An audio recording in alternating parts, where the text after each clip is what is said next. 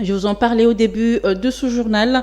L'unité spéciale de la police chargée de la protection de l'enfant et des préventions de violences sexuelles à Matadi, dans la province du Congo central, lance un SOS en vue de sauver cette unité qui éprouve d'énormes difficultés, manque de moyens logistiques pour son fonctionnement et une prise en charge holistique des femmes sont les mots majeurs qui rongent cette unité.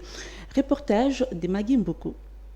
Il existe une unité spéciale de la police chargée de la protection de l'enfant et de prévention des violences sexuelles dans la ville de Matadi au Congo central. Chose étonnante, cette unité qui pourtant enregistre plusieurs cas de violences faites aux femmes et violations de droits de l'enfant manque de tout. Elle n'a pas un local pour interner les victimes, ni un cachot pour placer les suspects, encore moins des moyens de déplacement ainsi que les frais de fonctionnement. C'est ce que le colonel Madeleine Pezo a dit à la délégation des femmes leaders lors de leur séjour dans cette partie du pays. Elle a précisé que cette unité en charge de la protection de l'enfant et la prévention des violences sexuelles ne fonctionne qu'avec les moyens de bord. Par mois, cette unité spécialisée enregistre plus de 100 cas de violation des droits des enfants à Matadi et ses environs. À propos des catégories de violences faites aux femmes, elle a souligné qu'elles reçoivent des cas spécifiques basés sur le genre, notamment de cas de violences physiques, psychologiques, conjugales et sexuelles. Une autre grande difficulté de cette unité est que pendant les opérations, beaucoup d'entre eux sont sauvagement menacés et tabassés par les membres des familles des suspects.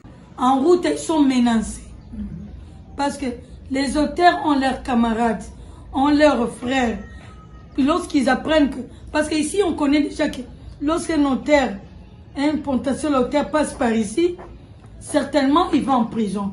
Et déjà, les yeux de tous ces badauds-là, de leurs coéquipiers, sont braqués vers nous.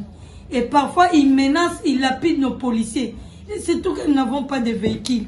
Le temps d'aller chercher la voiture, ces policiers sont menacés. Le colonel Madeleine Pezo a au micro de votre Mediaporel.info lancé un SOS aux autorités pour disposer des moyens nécessaires, surtout un cachot pour les suspects et un espace pour accueillir les femmes victimes. Si on peut penser aussi à construire et les locaux pour les victimes et l'hébergement partagé pour les filles et l'équiper aussi, il y a aussi un problème. Il y a les enfants, les femmes qui viennent ici la nuit.